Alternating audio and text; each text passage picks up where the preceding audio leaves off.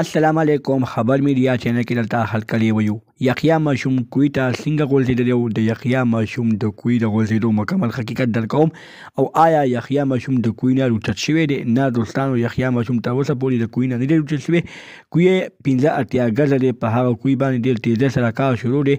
څه 55 ګزه ایستلی شوی دی او نور 10 ګزه کار پاتې دی. هغه 10 ګزه کار چې وشي نو انشاءالله موږ مطمئنتیا لرو چې یحیی ماشوم لا شپه راوځي.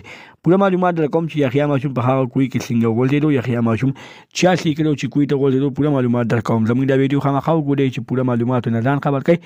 دغه رنګې نورو معلوماتي ویډیوګانو په زموږ خبر میډیا چینل سبسکرایب کړئ. نشان ورڅخه خامخا وخی زموږ هر یوانې معلوماتي ویډیو تاسو ته په اسانۍ سره ملاویږي. دوستانو مینوالو په سوشل میډیا باندې یو واقعیت ډېر زیاته تیزۍ سره چلیږي چې په ضلع خیبر بارې سره تعلق لرونکی یحیی ماشوم چې کوی ته غورځېدلی و، هغه چا لیکلی و؟ هغه خپل ورور لیکلی و، ماشوم ورور و. هغه چې کله لیکو چې زما ورور خو کوی ته وغورځېدو، نو هغه کور ته راغلی او مور او پلار ته ویلي دي چې یحیی کوی ته وغورځېدو، خو مور او پلار یې نه منله. مور او پلار پسې ډېر زیات وګرځېدل. اخر چې هغه کوی ته راغلل نو کوی سره د یحیی ماشوم د خپو چاپونه وو. هغه چاپونه نه پته لګېده چې یحیی ماشوم په هغه کوی کې غورځېدلی دی.